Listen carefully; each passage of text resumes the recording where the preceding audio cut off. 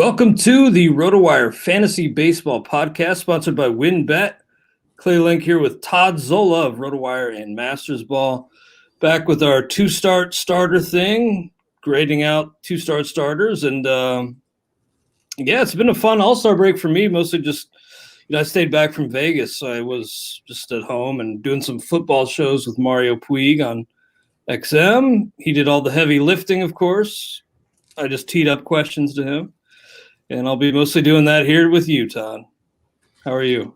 I you know what? I won't lie. It's been a rough day. I went away to Cape Cod to catch some Cape Cod ball and had a pit stop on the way home and back into my car and turned the key and click, click, click, click, click. Ugh. So the starter's gone. So my car is 100 miles away. I'm here. I will at some point, I don't want to say hopefully during the podcast. That would mean they call me early enough, but I mean, I shall be here soon enough. And the way it goes, it's weird. You go away to relax, and I come back, and I need to relax. So, I'm the only one that can go to the Cape for 3 or 4 days and come back paler than when I left. I didn't go out. I mean, I stayed in and actually did some work. I did the two-start for the early, the coming out of the break. And I went to the ball games at night. That was the reason I went. But, I didn't – it's kind of cruddy weather too. But anyway, I'm actually fine. I mean, it's all right. So my car's gone, another few $100s. So, so I have to work another year before I can retire. That's just that was happening anyway. So it's all good. Yeah, I'm sorry to hear that. It's never great to come back from break and be more stressed out than you were before you left. It's not the point of a break. But if I had, I appreciate your dedication, still finding a way to do the pod today. Oh, I'm back home, so I just don't have my regular microphone.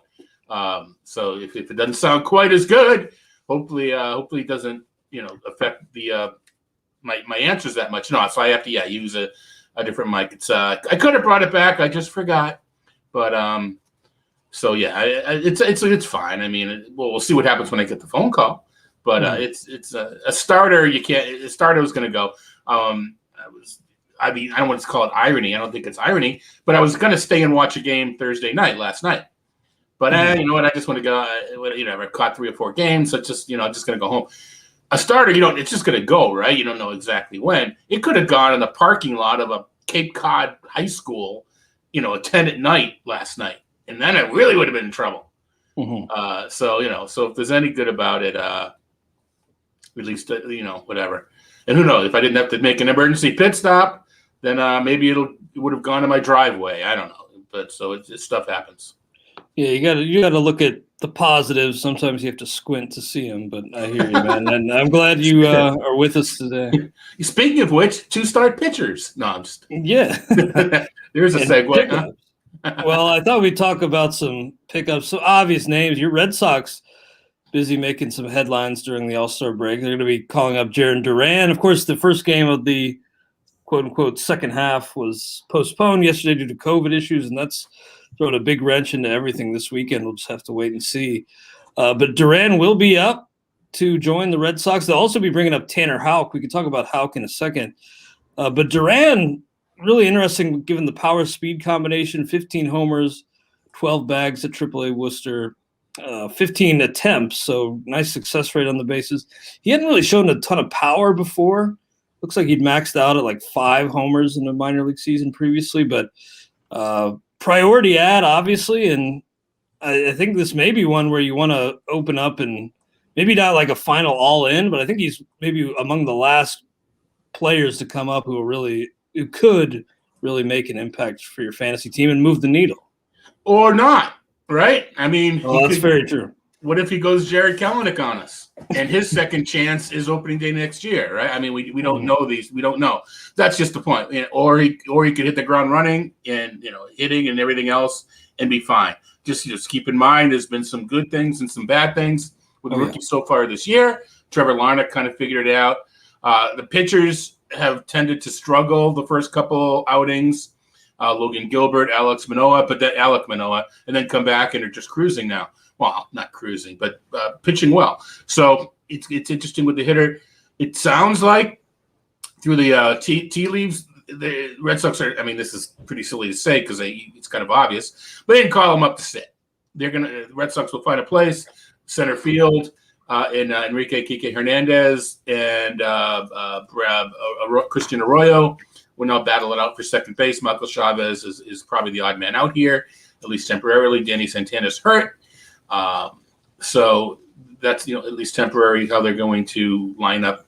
He's going to be the center fielder, Jaren Duran. Whether he hits leadoff right away, I doubt. I think the Red Sox will have him down to the bottom of the order. But it's exciting. And it kind of came out of nowhere. Not nowhere. He was a good prospect, but you mentioned the power. He reworked his swing over the pandemic, and he's added launch, and he's being able to drive the ball. So he's one of those guys where if, I happen to, because I'm a local, read all the local stories, although anybody can read the stories nowadays, right? You don't have an advantage anymore. But you just have to decide, you just take his MLEs, or do you give him a little bit of credit, this year a little bit more because of the new swing, et cetera. You're going to have to make that decision with almost everybody. But that's the deal with Duran. I've seen him a couple times. You watch a couple of games. He looks fine. I was actually the eye test. I like Jeter Downs a little more, just as very, very athletic. But hopefully we'll be talking about him soon enough. But big ad. Did you see Duran at one of those Worcester games you went to? Yeah, I saw him hit a couple home runs. He was out the first one at the Olympics in the first one. Then I saw him the last two. But he saw him lead off a game with a home run, and I think he hit a second home run later in the game. He doesn't hit the majestic, but he hits the line shot. So any left-handed batter, you need to find out, or the thing is going to be, how are they able to take advantage of the wall?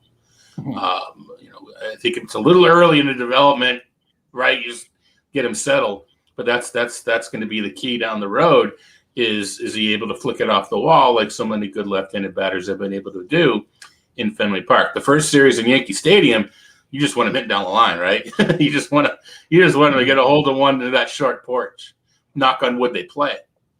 Yeah, hopefully they play. That's a big question mark right now. And I'm glad. Have you heard anything about that? No, not today. No. Okay. So I'm still waiting on that. I've mentioned with Kelnick, I'm done assuming a guy's just going to light it on fire right away. And I do want to specify, things could go in either direction for Duran, but maybe one of the last call-ups who really could help you in a major way. I mean, maybe there's a few others who could come up, but I think this may be the last wave of prospects. Would you rather have Duran or Brujan rest of the way? I know I'm kind of putting you on the spot. Can I say if I need speed, Brujan, and if I need power and speed, Duran?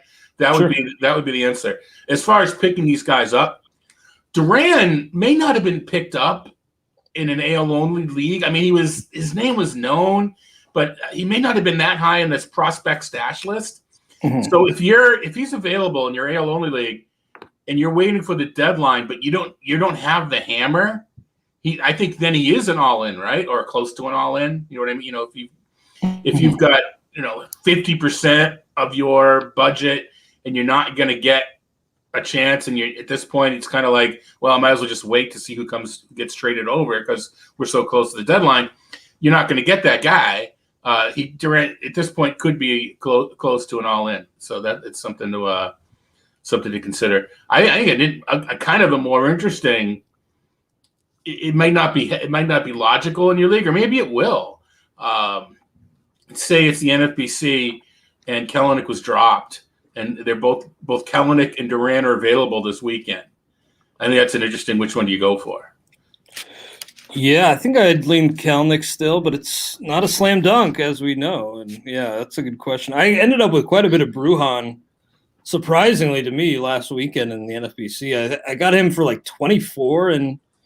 TGFBI, and I think James and I got him for, I think I put 70 in, but so I'm on Team Brujan now that I got some exposure. But I do think if you want a more well-rounded, more power to go with that speed, I think you're right that I'd probably lean Duran. Mentioned Tanner Houck, not a lot of success at either level, really.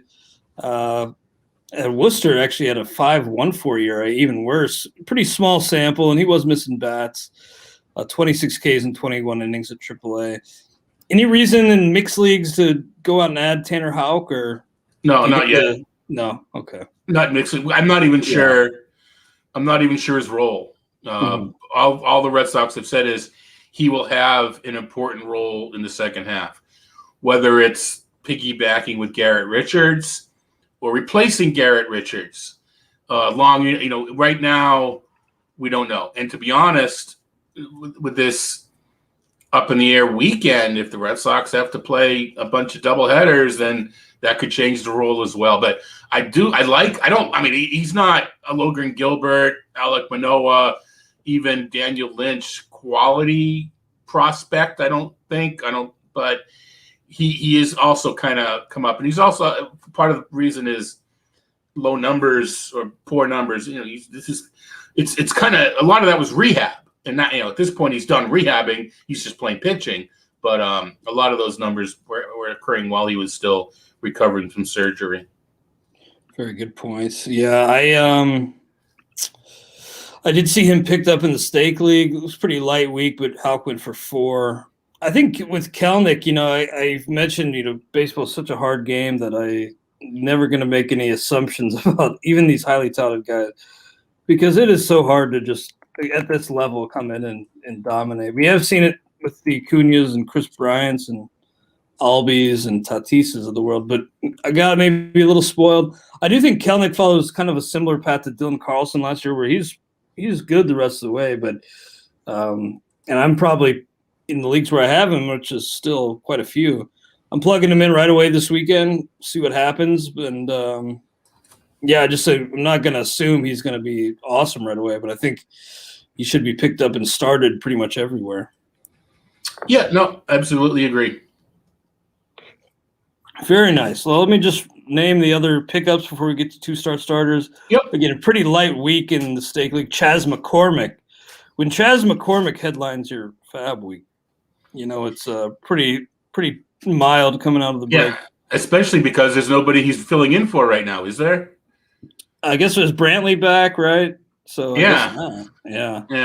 I guess he was playing okay though. So for sure. Is pretty. But the irony is he's now being picked up and he's probably going to be losing playing time. Yeah, isn't that how it mostly works in fantasy baseball? David Bednar, I think it was a nice pickup for 2. I think he has a good chance to close after they trade their closer there in Pittsburgh. Josiah Gray was picked up for 2. Zach Britton, Oscar Mercado, Darren Ruff, and Nick Senzel. So that's all the pickups for you. Mercado's interesting. He's starting to play a little bit for Cleveland. They're still Mercado? Yeah. He's an interesting pickup. Had a couple rough goes. Does he now figure it out? We'll see. And Cleveland is obviously looking to shore up the outfield. Franmil Reyes is back, helping out some. Zimmer, not really doing it. So we'll see. I was hoping to plug Mike Trout back into my lineup in a few leagues today, but not today. Well, not today, but soon, maybe as soon as next week. But still unclear as far as his rehab goes. So yeah, I was kind of getting anxious about getting him back in there. I'm being concerned when my projections for Trout are fairly conservative. Anthony Rendon can come back tonight, but it's not quite the same. But yeah, Trout, I wasn't counting on coming back right away. Yeah, he's not eligible even, I think, till a few games into the second half. Right. Still not started his rehab, so we'll keep tabs on that. Before we get to our 2-start pitcher grades for next week, let's first throw to a quick word from our sponsors. And now we're back on the Rotowire Fantasy Baseball Podcast, sponsored by WinBet. Clay Link here with Todd Zola. First show after the break. We're going to be grading next week's 2-start starters. If you're unfamiliar, 0 to 5 scale. Todd kind of bases his, he does base his pretty strictly on his weekly pitcher rankings. I'm more touch and feel with the general rule of thumb being if I have 5 leagues, how many am I starting this 2-start pitcher in? You ready to get into it, Todd? I am. Yeah, people see me looking. I'm up. There was a lot of changes since I did my preliminary ranking, so I'm trying to quickly update. But yeah, we're ready to go. I can pretend before we, if there's someone I'm not sure about, we're good. And to be clear, yours will be updated closer to first pitch on Monday, so check back there for a more updated look at next week's 2-start starter. Yeah, right now we've got the 3-day or 4-day, well, back to 3-day and 10-day rankings. We're back on schedule. It's I don't remember what day it is. Yeah, so the regular rankings will go up tomorrow, and update it again Sunday night. Hopefully, we'll have more clarity because there's not a whole lot of clarity right now, even for today's games. We got 5. There's still 5 to be determined, so it's going to be fun for our DFS slate if that goes on. Yeah, kind of an ominous way to kick off the second half. Hopefully, it's not a sign of more to come. But starting our 2-start pitcher list here is Caleb Smith, and he had a total disaster right before the break. 9 earned runs. I think Jeff Erickson was at that game. It was 21 or 22-1, just beat down. And Caleb Smith only made it an inning, 9 earned runs. So I guess he had a decent run prior to that, but I don't see any way you could trust him after that blow up. Well, yeah, he was having some success as a reliever. Oh, was that it? Yeah, and it didn't quite carry over to the starting rotation. Yeah, Jeff said he took his daughter, and he's like, I can't promise you 22 runs every game, so just enjoy this one. Stark contrast to his June 18th outing against that same Dodgers team. He went 6 innings, only 1 hit over 6 scoreless. To answer the question, no, I can't. I had hopes for him coming into the season, but those have been dashed. So we're going to go with a 0. But he's a kind of a guy where, depending on next year, maybe he's a late pick because I do think he has talent. The matchups are kind of nice. I have him as a 0, but maybe you could justify 1 because versus Pitt at the Cubs, who are selling off. We didn't mention it, but Jock Peterson traded last night. Kind of interesting. You talked me into it with the matchups. That means I still, whether it be, I'm gonna give him a 1 too. I'm gonna give him. It could be confirmation bias because, like I said, I was kind of high on him a little bit relative to his high on him in the streaming realm. So yeah, I could see in a league where I'm trying to make up ground and kind of throwing anything at the wall in an effort to hopefully we don't take as long with every other pitcher. We'll never get this thing done. Yeah, we'll try to power through. Zach Gallen, same matchups for him. I'd give Gallen probably like he's not been very good, but I think I'm still going to give Gallen a 4. He gets a 4 because, you got to start him. Yeah. And whether he goes 5 innings, we don't know if he's going to be able to complete a full 5 innings, but the talent's still there. He's on a 5. He is a 5, but you can't give him a 5. So I'll give him a 4, and you got to start him. If you held on to him, if you drafted him and held on to him, you got to start him. Yeah, for Atlanta, Kyle Muller was optioned down, but David O'Brien of The Athletic has confirmed that Kyle Muller will be back in the Braves starting rotation following the All-Star break, so tentatively lined up for Monday against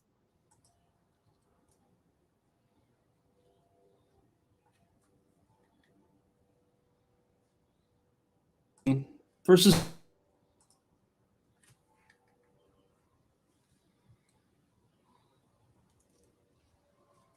I could see maybe picking him up and waiting and seeing what happens. All right, behind the fourth wall here. I lost you halfway through that one. People that's all right. Tapping on my headphone. So it was Kyle Muller. The matchups are versus San Diego, then at Philly. I kind of said I'm hesitant, but I kind of like the skills, so maybe you wait and see and just keep him on your bench. But I know the old rule: if you're not starting the 2-start starter, you drop him. But more often than not. Yeah. In most scenarios. So Ryan confirms. All right, so you just kind of reiterated what you said anyway, so people are caught up. I'm with you on that, but man, I'm gonna go one, but I agree with you more in that if you can pick them up and don't have to start them, it's not a bad stash. Sorry to those who got that frozen screen. I changed the Wi-Fi network I'm on. I think the connection will be stronger generally, but seems like the office Wi-Fi is a little spotty right now. Toussaint, any reason to start him? I'm going to give him a 0. I as well. I have to check what he's been doing in the minors, how long he's been going, but I can't imagine there's any reason to give him a go. Now, here's a name I really don't know. Spencer Watkins. Yeah. Looks like a long trek through the minor leagues. He was in there for like 8 years. Numbers at AAA weren't bad, but it's the Orioles. He was old for the level. An unknown for me. So at Tampa Bay, at Washington, or versus Washington, I'm going to have to give him a 0. But yeah, I don't. Sometimes you want to dance with the devil you don't know. I have no interest. The number scouting I did last week, no interest. How do you feel about Garrett Richards at Toronto then versus the Yankees? How do I feel about Garrett Richards? Inventing himself on the fly, and I'm not confident about it. And he's not starting, like you say. He's got 2 starts next week. He's not scheduled to go this weekend. And with Tanner Houck up, there could be something going on. I don't want to start him, and I don't want to drop him due to the scenario. So I'm hoping I don't have to start him, but I do want to see what ends up happening. I'm going to give him a 1. Is he kind of like a sneaky, well, maybe not so sneaky, but is he like a spin guy who's been maybe affected by the crackdown? Oh, absolutely. He's come out and said so. I mean, he's come out and said that, 10 years ago, and it's not, I don't think he's been loading up with this, spider tack, but he's been doing a little bit. And the curve and the slider are big for him. Yeah. And he is just afraid to throw the curveball. He started throwing a 70-mile-an-hour loopy one as opposed to a straight standard curveball. And he kind of invented a changeup on the fly. And it looked good for a game or two, but that's just not a profile you want against Toronto and against the Yankees. Very true. Yeah, I thought I saw something about that on Twitter. And looking at his game log, it does really – I mean, you can draw a line to the crackdown date. Since June 6th, 31 2/3 innings, he has a 7.11 ERA and a 2.05 WHIP. He's given up 11 hits in 2 of those outings. So it's been pretty ugly for him since they cracked down. They literally, during a couple outings ago, I think we talked about this, I was watching the pitch log pitch by pitch, and they changed his pitch designation mid-game because it was just a new pitch for him. So they were misidentifying it. I've never seen that mid-game where the entire log, the pitch has just changed. So I'm not giving up on him. And who's to say that we don't find out over maybe see what happens over the weekend, and it turns out that Richards opens and Houck comes in. Or I know we have Houck to start too, but we're not exactly sure what's going on there. Yeah, good point. Very tentative. So I got Richards as a 1. You 2, or is it you 0? I'll go with the 1 because nowadays you might not be able to. You may have to. My point is, I'm not dropping him yet, and I may be forced to start him. I may not have a 9th pitcher. I may have to start him. Yeah, that's sometimes the position you're in. Yeah. Now for the Cubs, Alec Mills. I was down this road last season. It was kind of nice early on, then it got real rocky.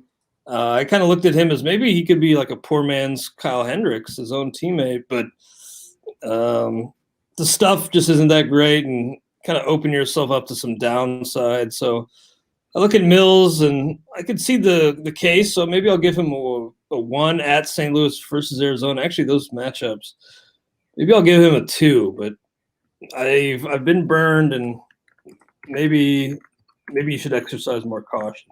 Yeah, I'm staying with a 1.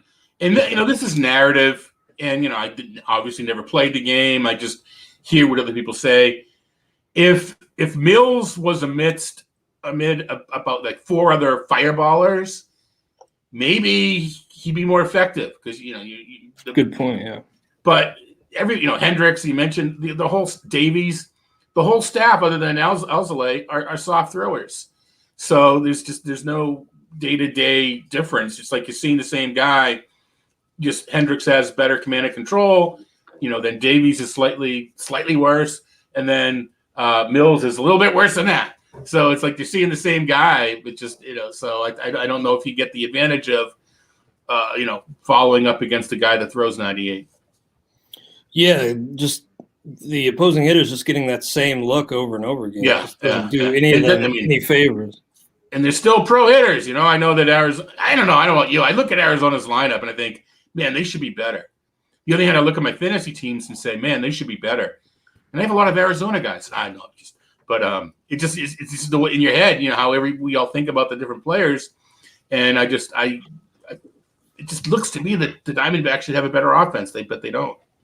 Oh, they're brutal, man. They're really bad. I'm a little surprised to see the Cubs wave the white flag so early, but they the Brewers are great. The Reds are pretty good. How about that? And they really don't have much of a chance. So I guess it makes sense. There's a lot of narrative, a lot of stories going around. Financially, they should not have to. But do you actually go out? Do you actually trade a Rizzo, a Bryant, a Baez? Sort of these, are fans going to show up to games, and are you really going to make your team better? So Peterson, if they're going to go on a run, it wasn't because of Jock Peterson. So I don't know. And even if they trade Kimbrel, you always figure a way to get a closer. So even making this deal, I don't think it's kind of white flaggy, but you can still go on a run.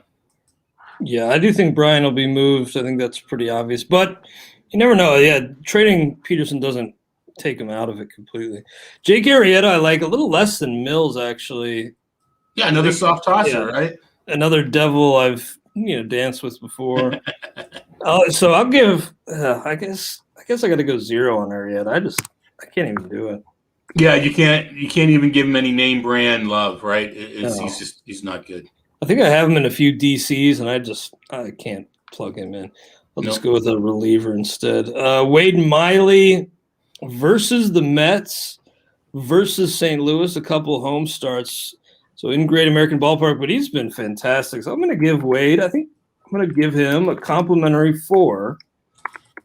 More so a reflection on what he's done to this point. But I also think if you have him, you're trotting him out every week pretty much, and you're happy about it.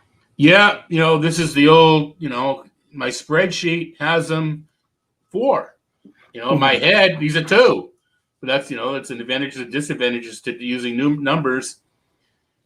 Is he a guy that defies regression the rest of the year, but stinks next year? I mean, who's to say? Or has he figured something out? I'm with you, though. I mean, actually, the spreadsheet, without doing adjustments, has him at number 18, which is like a 5. But I figure once I finagle innings, he'll be in the 4 range. I'm sorry, who did you say? Oh, no, Wade Miley. Yeah, I'm going to go. Yeah, I'll go 4. But, I mean, right now, my first run, I have at 18. Which is technically 5, but I have a feeling once I finesse the innings, you'll drop a bit. I gotcha. Now, you know what I've kind of grown to look forward to this season, a new thing is, our friend Matthew Davis, his horrible outing alerts. He mentioned how percentage of, starts in the NFBC and how bad it is. And JC Mejia got one of those before the break. 6 earned runs over 2 2/3 innings, and I just can't see it, especially because it gets Houston to start. So same with Tristan McKenzie, both 0s. I like J.C. Mejia more when he was Gene Carlos. Yeah, I realized we changed that in the admin. Yeah, it's been changed. Yeah, he's one of them. Yeah, no, Bernie Pleskoff, friend of the site, friend of ours, still talks. It thinks there's talent there. It just doesn't always manifest right away. So I trust Bernie, and therefore put him on my radar. And not this year, though. Yeah, so McKenzie showed a little something control wise heading into the break. Whether it's actionable right now, him or Richards. I think I go, man, him or Richards. I may actually go Richards, but I don't know. I mean, it's one of those things where what if McKenzie's improved control is real and he is that good? Mm-hmm. So that's an interesting comparison. I'm actually going to go 1 McKenzie, 0 Mejia. All right, I've got you down as a 1 for McKenzie. Next up, 2-star pitchers for next week. Well, Colorado only has 5 games. It's kind of they need 2-star starters for them. Yeah, they've been playing a lot of games lately. They need a break. Tongue in cheek. Yeah, they really do. Lance Lynn's a 5 versus Minnesota at Milwaukee. So let me just type that into the sheet. Not the greatest matchups, but that's a 5. No, yeah, Tariq. Sorry. I think maybe you missed it. I think we're required to say the Burley Lance Lynn. Oh, that guy is Burley. Is that what his note says? Well, every time if it's a home team, away game, I always hear referred to as the Burley Lance Lynn, and I wish I was Burley. I'm Burley times 10. I'm just glad that's not like in his player note on the site. I'd have to go in and edit that if that's how the analysis started. The Burley right-hander. Tariq Skubal, lefty. Been pretty impressed with him. He's versus Texas at KC. 2 nice matchups here. I may bump Skubal to a 4.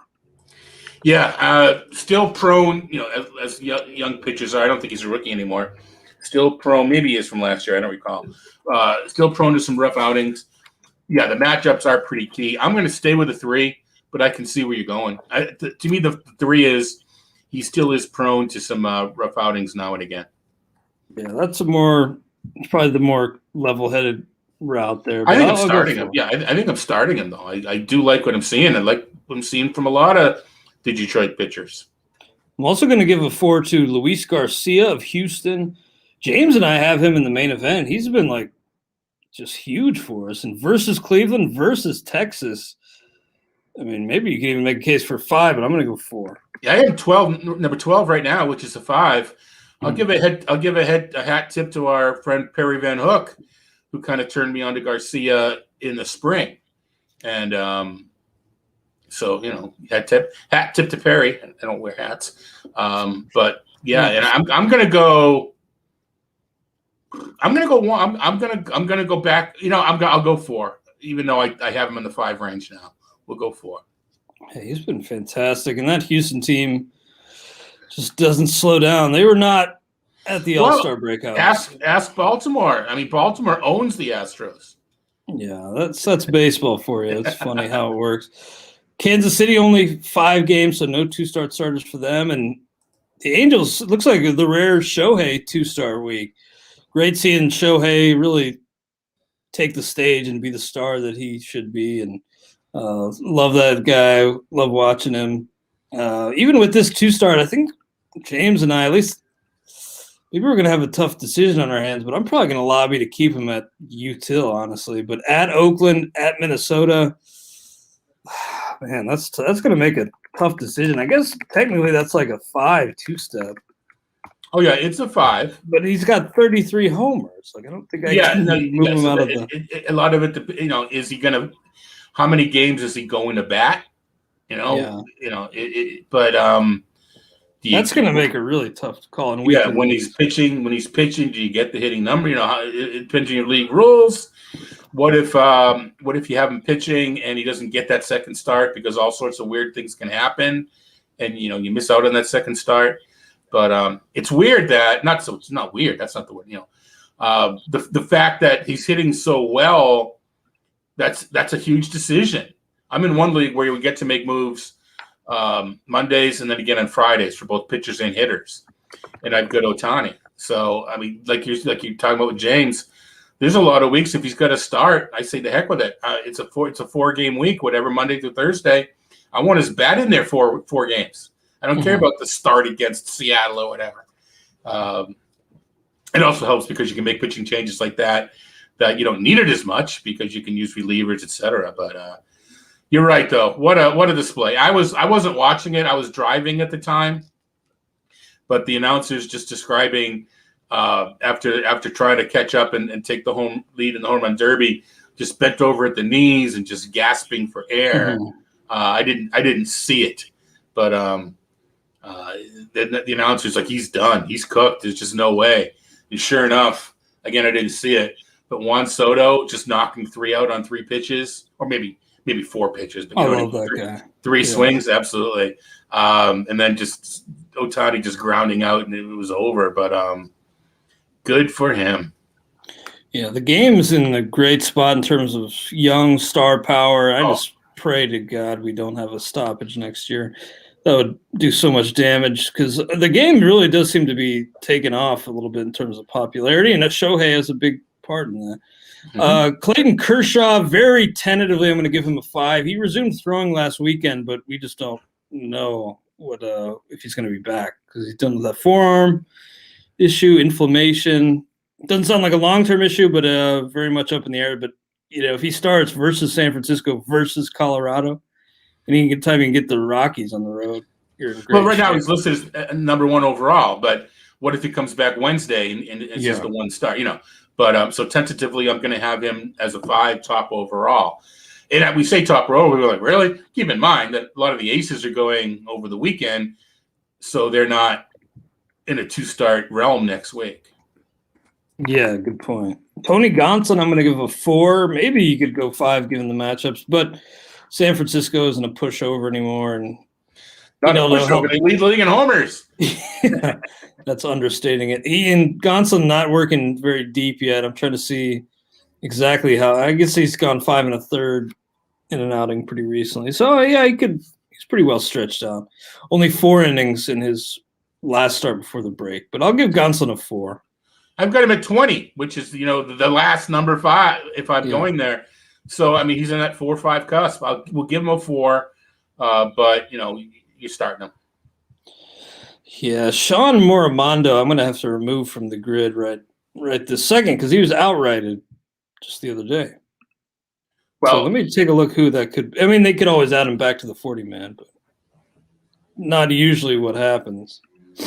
Oh, man, they're in rough shape with that rotation. And they got a doubleheader. Is that today? They got a doubleheader? I guess so. Any guesses who might start?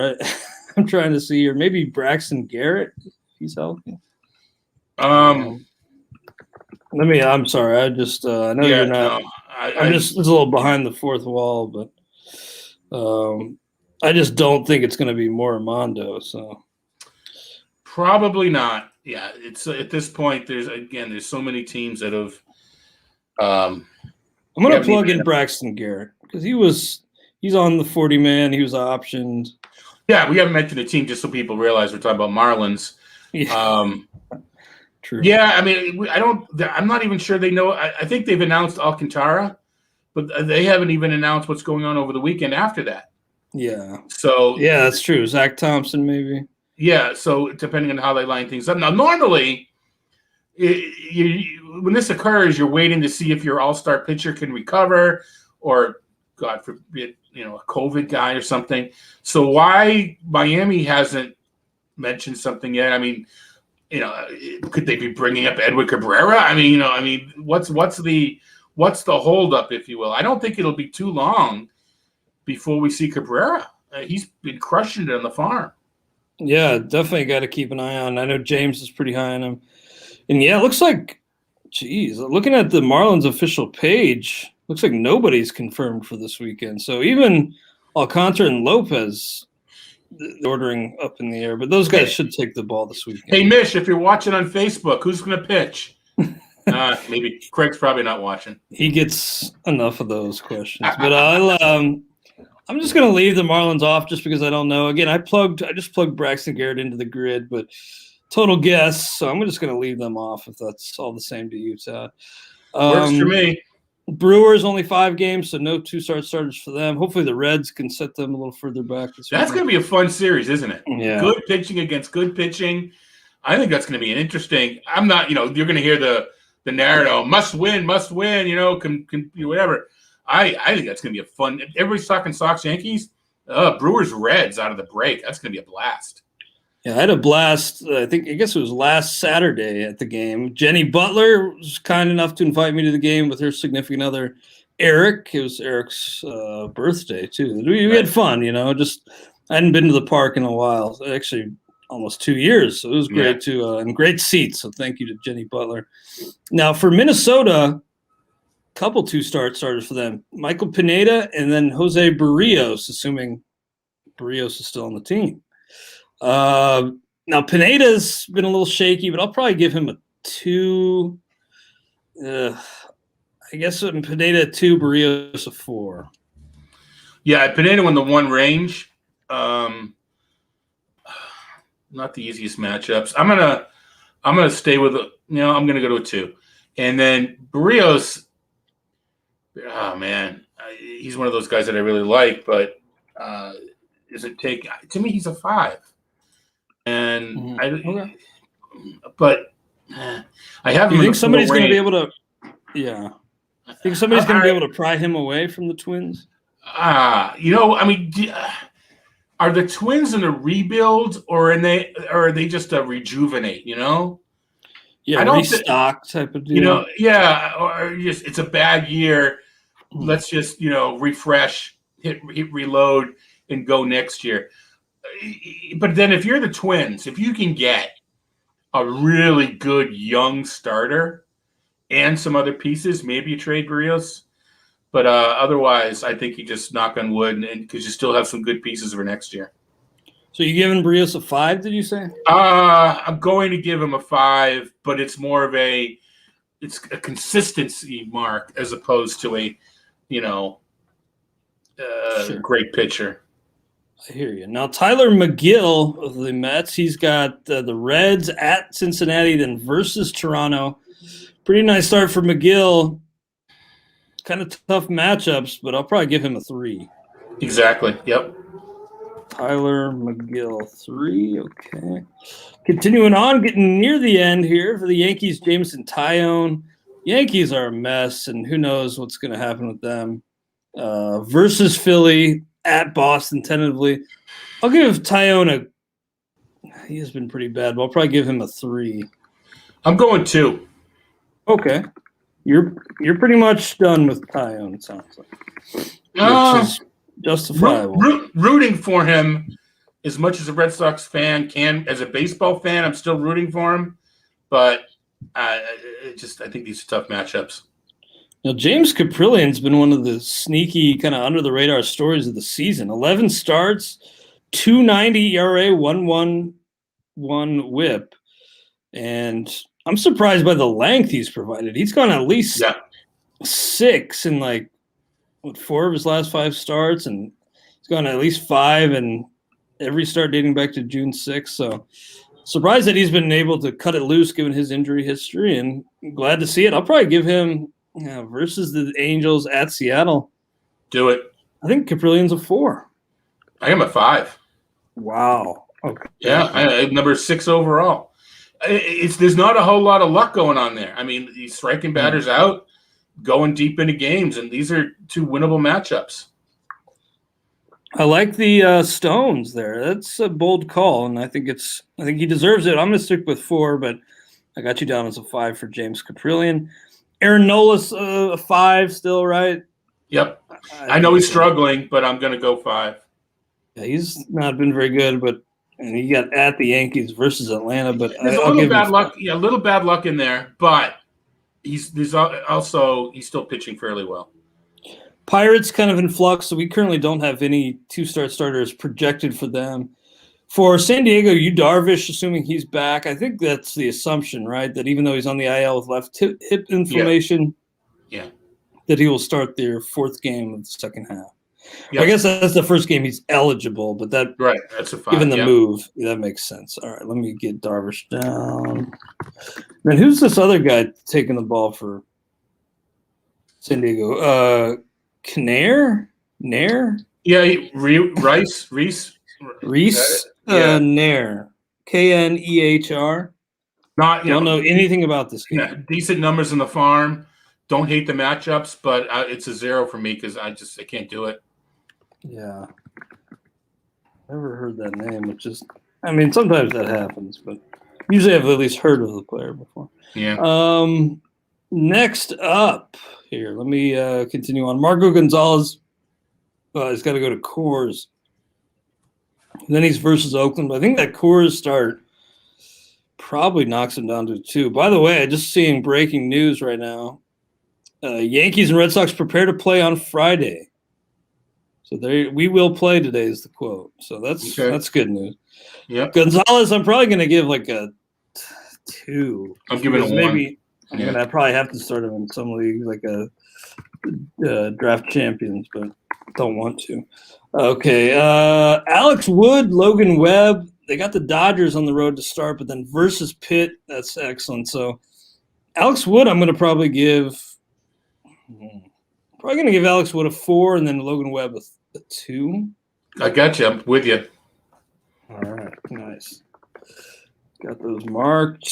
Next up, the St. Louis Cardinals. So Johan Oviedo, Jake Woodford versus the Cubs at Cincy. I don't think I can see starting either of these guys.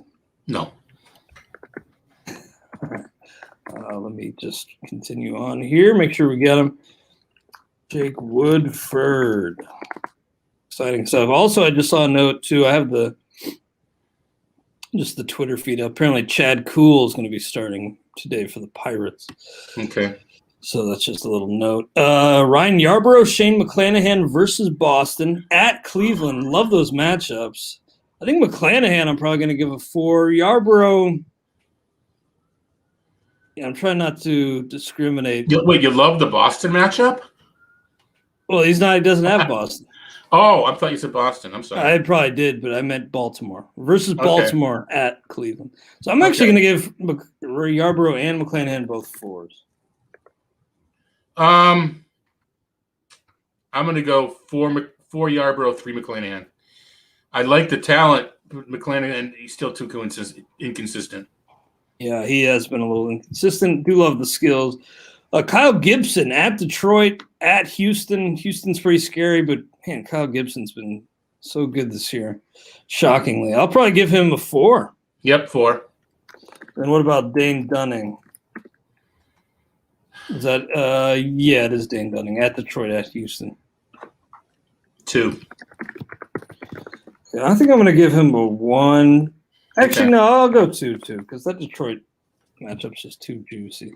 Finally, wrapping up with the final 2 teams here, Alec Manoah versus Boston at the Mets. Love at Mets, and I think he had a few bumps in the road, but I think he's pretty much doing what we all expected. Oh, yeah. I think I'm going to go 5. I'll go 4, but I agree. I think you probably have to start him. And then finally, we have Joe Ross for Washington versus Miami at Baltimore. I like that for Joe Ross. I think I only have him in like an NL only. Maybe look to rectify that, add him a few more spots this weekend. I think I'm going to go 3 for Joe Ross. I'm going to go 3, but I almost went 4, and I may actually, but I'll go 3, but he's been pitching really well. Nice. Well, anything else on your mind, Todd, before we recap these and close things out today? No, we're good. And I have to. My landlord's at the back door. Can you recap them, and I will sign off, and we'll talk next time. Yes, sir. Okay. Yes, sir, Todd. Thank you for all the insight. Take care, man. Yep. I'm just going to go ahead and remove Todd, and I will recap these and sign off here on the Rotowire Fantasy Baseball Podcast. So 2 starters for the week of July 19th, 2021. Caleb Smith, 1. Zach Gallen, 4. Kyle Muller, 2. Tukey Toussaint, 0. Spencer Watkins, 0. Garrett Richards, 1. Alec Mills, 2. Todd says 1. Jake Arrieta, 0. Wade Miley, 4. JC Mejia, 0. Tristan McKenzie, I say 0, but Todd 1. Lance Lynn, 5. Tariq Skubal, I say 4. Todd 3. Luis Garcia, 4. Shohei Ohtani, 5, although there's a possibility that 2-steppers the following week, so keep an eye on that. Clayton Kershaw, tentative 5, coming back from his injury. Tony Gonsolin, a 4. Michael Pineda, 2. Jose Barrios, I say 4. Todd 5. Tyler McGill, 3. Jamison Tyone, I say 3. Todd 2. James Caprilian, I say 4. Todd 5. Aaron Nola, 5. Yu Darvish, 5. Reese Nair, 0. Marco Gonzalez, I say 2. Todd 1. Alex Wood, 4. Logan Webb, 2. Johan Oviedo, 0. Jake Woodford, 0. Ryan Yarbrough, 4.